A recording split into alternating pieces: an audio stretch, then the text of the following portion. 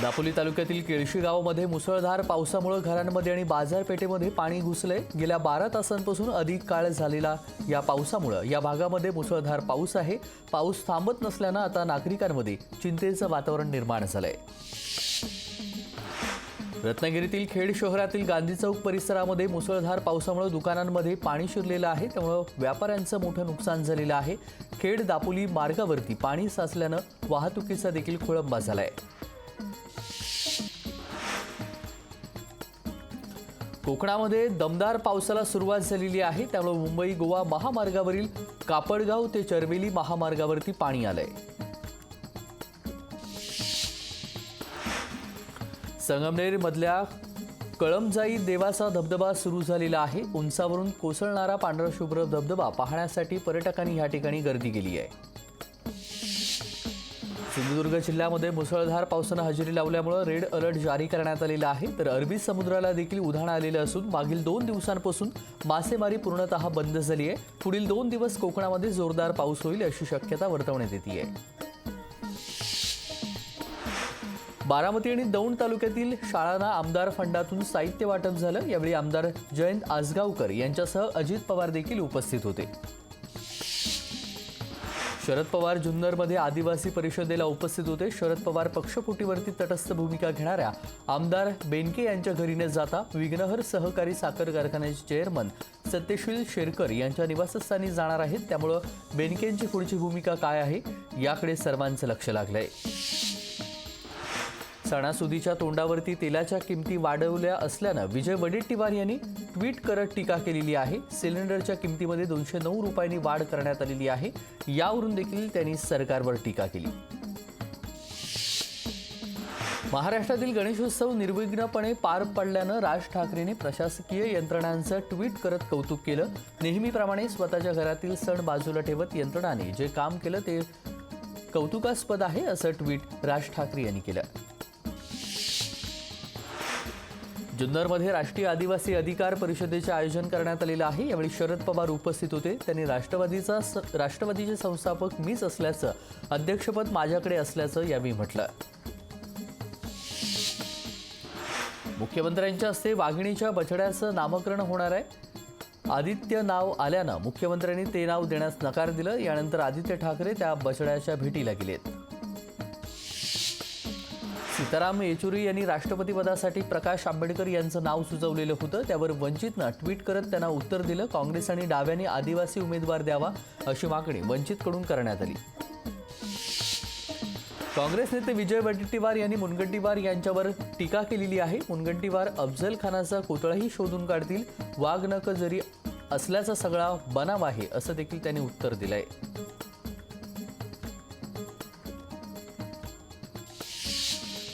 वाघनखे ही शिवाजी महाराजांची नसल्याचा दावा आदित्य ठाकरे यांनी केलेला होता। ही वाघनख आता खऱ्या आहेत की खोट्या आहेत हे पाहायला नेमकं कुणाला गाठलं पाहिजे ते नाव आदित्य ठाकरेंनी सांगावं, मी जाऊन हुडकून काढतो असं म्हणत शहाजी बापू पाटील यांनी आदित्य ठाकरे यांना टोला लगावला। प्रधानमंत्री नरेंद्र मोदी शक्तिशाली नेते आहेत। सोबतच 2024च्या निवडणुकीसाठी इंडिया आघाडीनं पंतप्रधान नरेंद्र मोदी यांच्यासमोर उमेदवारांची घोषणा करावी अशी महत्त्वाची प्रतिक्रिया काँग्रेस नेते आचार्य प्रमोद कृष्णम यांनी परभणीमध्ये पत्रकार परिषदेमध्ये बोलताना दिली। भाजपचे आमदार गोपीचंद पडळकर यांचा आज सांगोल्यामध्ये भर पावसामध्ये वाढदिवस साजरा केला। कार्यक्रमादरम्यान जोरदार पाऊस झाला। विशेष म्हणजे शेतकरी कामगार पक्षाच्या प्रमुख पदाधिकाऱ्यांच्या वतीनं आमदार पडळकर यांच्या सत्काराचं आयोजन करण्यात आलं होतं।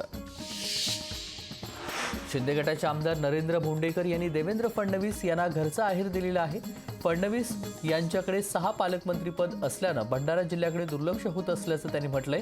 मंत्रिमंडळ विस्तारामध्ये नवा पालकमंत्री देण्यात येणार असल्याचं देखील त्यांनी म्हटलं। बाळासाहेब थोरात यांनी इंडिया आघाडी सर्व निवडणुका एकत्र लढणार असल्याचं म्हटलेलं आहे। लोकशाहीची गळचेपी सुरू असल्याचं देखील त्यांनी यावेळी म्हटलं। बारामतीमधील आमराई परिसरामध्ये स्वच्छता मोहिमेच्या वेळी अजित पवारांचं भाषण सुरू असताना महिलेनं घंटागाडी येत नाही अशी तक्रार केली। ताई गाडी येत नाही ना, म्हणूनच दादा आलोय असं म्हणत अजित पवार यांनी मुख्याधिकारी यांना बोलावून हा प्रश्न सोडवण्यास सांगितला। बारामतीमध्ये उपमुख्यमंत्री अजित पवार स्वच्छता मोहिमेद्वारे श्रमदान करत असताना एका महिलेनं नळाला स्वच्छ पाणी येत नसल्याचं म्हटलेलं होतं. अजित पवारांनी मुख्याधिकाऱ्याला बोलवत तिची समस्या सोडवण्यास सांगितली. तृप्ती देवरुखकर ह्याला मुलुंड इथे ऑफिस नाकारण्यात आलेलं होतं. शिवसदन सोसायटीतील ह्या घटनेचा राष्ट्रवादी काँग्रेसनं एलबीएस रोडवरती निषेध केला. मराठा समाजाच्या आरक्षणासाठी महाराष्ट्र हादरून सोडणारे मनोज जरांगे पाटील आता राज्याच्या दौऱ्यावरती निघाले आहेत. या दौऱ्यावेळी यवतमाळ जिल्ह्यातील शेंबाळपिंपरी येथे त्यांची जाहीर सभा झाली. 40 दिवसामध्ये आरक्षण घेतल्याशिवाय राहणार नाही अशी स्पष्ट भूमिका मनोज जरांगे पाटील यांनी यावेळी मांडलेली आहे. दिल्लीतल्या जंतर मंतरवरती सरकारी कर्मचारी मोठ्या प्रमाणामध्ये जमा होऊन आंदोलन करत होते. काँग्रेसची सत्ता असलेल्या राज्यांमध्ये जुनी पेन्शन योजना लागू झालेली आहे. या आंदोलनाच्या माध्यमातून मोदी सरकारनं जुनी पेन्शन योजना लागू करण्याची मागणी करण्यात आली. धनगर समाजाचा अनुसूचित जमातीमध्ये आरक्षण देण्यास आदिवासी समाजाचा प्रखर विरोध. नांदगावला निषेध मोर्चा काढून रास्ता रोको करण्यात आला. जालन्यातील वाटूर येथे आदिवासी समाजाच्या वतीनं रास्ता रोको आंदोलन करण्यात आलं. आदिवासी समाजातील घुसखोरी थांबवावी या मागणीसाठी दिंडी महामार्गावरील हा रास्ता रोको करण्यात आला. महाराष्ट्रातील आदिवासींच्या आरक्षणामध्ये इतर कोणत्याही जातीचा समावेश करू नका यासह विविध मागण्यांसाठी परभणी जिंतूर रोडवरती जरी इथे रास्ता रोको आंदोलन करण्यात आलं. अखिल भारतीय आदिवासी विकास परिषदेनं आंदोलन केलेलं आहे. यावेळी रुग्णाला घेऊन जाणाऱ्या रुग्णवाहिकेला आंदोलकांनी वाट मोकळी करून दिली. नितीन गडकरी यांच्या हस्ते लोकार्पण झालेल्या महामार्गावरती डागडुजीचं काम सुरू झालंय. 2 दिवसांपूर्वी केंद्रीय मंत्री नितीन गडकरी यांच्या हस्ते राष्ट्रीय महामार्ग 161चं लोकार्पण करण्यात आलं. सातारा जिल्ह्यातील वेटणे आणि रणसिंगवाडी ह्या 2 गावांमध्ये गेल्या 8 दिवसांपासून पाण्यासाठी उपोषण सुरू आहे. आमदार महेश शिंदे यांनी सरबत पाजून आंदोलनकर्त्यांचं उपोषण सोडलंय. सर्व मागण्या सरकारनं पूर्ण केल्यानं गावकऱ्यांनी शासनाचे आभार मानले आहेत. शहापूर तालुक्यामध्ये अतिदुर्गम भागामध्ये रस्ता नसल्यानं रुग्णांना उपचारासाठी जाताना अनेक अडचणींचा सामना करावा लागतोय. डोलीमध्येच गरोदर महिलेनं बाळाला जन्म दिल्याची घटना घडली आहे. गेल्या अनेक वर्षांपासून या रस्त्याच्या दुरुस्तीची मागणी इथले ग्रामस्थ करत आहेत. कोकण रेल्वेच्या मार्गावरील 17 गाड्या रद्द करण्यात आलेल्या आहेत. पनवेल स्थानकाजवळ मालगाडी घसरल्यानं वाहतूक विस्कळीत झाली आहे. कोकण रेल्वे ठप्प झाल्यानं प्रवाशांनी मोर्चा आता एसटीकडे वळवलेला आहे. एसटीकडून जादा बसेसची व्यवस्था केली असताना देखील बसेस अपुऱ्या पडत आहेत. माणगाव एसटी बस स्थानकामध्ये बस पकडण्यासाठी प्रवाशांची मोठी गर्दी पाहायला मिळतेय. मुंबईतील शासकीय आणि महानगरपालिका केंद्रांवरती 2 ऑक्टोबरला सार्वजनिक सुट्टींमुळे कोविड लसीकरण बंद राहणार आहे. 3 ऑक्टोबर 2023 पासून लसीकरण मोहीम ही पूर्ववत होणार आहे. सलग सुट्ट्यांमुळे माथेरान घाटात देखील वाहतुकीचा खोळंबा झालाय. वाहनांची गर्दी वाढल्यानं काही पर्यटकांनी गाड्या रस्त्यामध्ये पार्क करून चालत जाणं पसंत केलं. नगरपालिकेनं दुर्लक्ष केल्यानं अबालवृद्धांना त्रास सहन करावा लागतोय. सलग सुट्ट्यांमुळे पर्यटकांनी एकच कास पठाराकडे गर्दी केली. त्यामुळे बामणोळी तापोळा इथे वाहतूक कोंडी निर्माण झालेली होती. मोठ्या प्रमाणामध्ये वाहतूक कोंडी झाल्यानं पर्यटकांना अनेक समस्यांना सामोरं जावं लागतंय. शिवराज्याभिषेकाच्या 350व्या वर्षानिमित्त 1 आणि 2 ऑक्टोबर रोजी गडकिल्ले परिसरामध्ये स्वच्छता मोहीम राबवण्यात आली.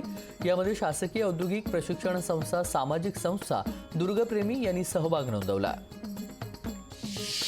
जळगाव जिल्ह्यामध्ये डेंग्यूचे रुग्ण वाढलेले आहेत. डेंग्यू रुग्णसंख्या 350 वरती पोहोचलेली आहे. शासकीय रुग्णालयांसह खासगी रुग्णालयांमध्ये देखील रुग्णांवरती उपचार सुरू आहेत.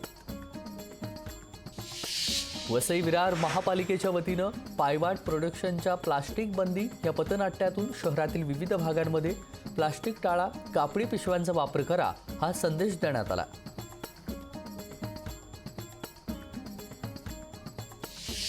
नाशिकच्या दिंडोरी तालुक्यामध्ये आशेवाडी येथे स्वच्छता ही सेवा या उपक्रमाची सुरुवात करण्यात आली आणि या उपक्रमामध्ये विद्यार्थी गावकऱ्यांसोबत केंद्रीय आरोग्य राज्यमंत्री डॉक्टर भारती पवार यांनीही सहभाग घेतला. वर्ध्यात जय भीम मित्र परिवार यांच्या वतीनं भीम सकाळ कार्यक्रम घेण्यात आलेला आहे. या कार्यक्रमामध्ये अनेक कलाकारांनी आपली कला सादर केलेली असून वर्धेकर यांनी या कार्यक्रमाला मोठ्या संख्येनं उपस्थिती लावली.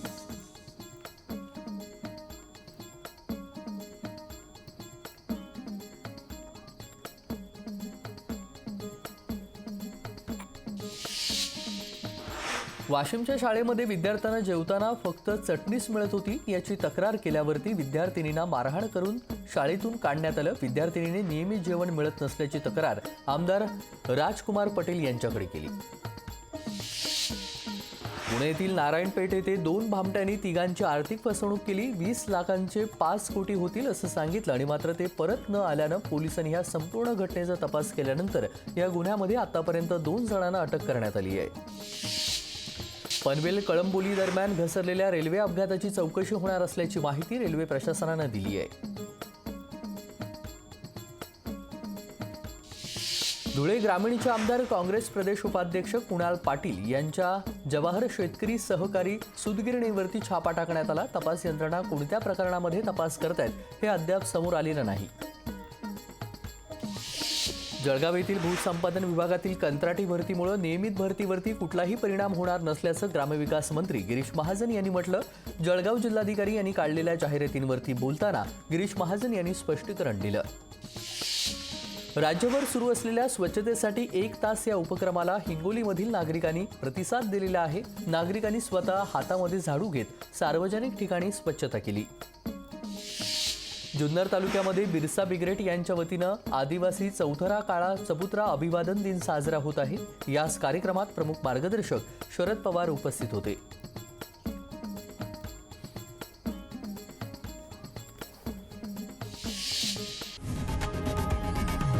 लोकशाही मराठी ऐका, पहा, जागरूक रहा.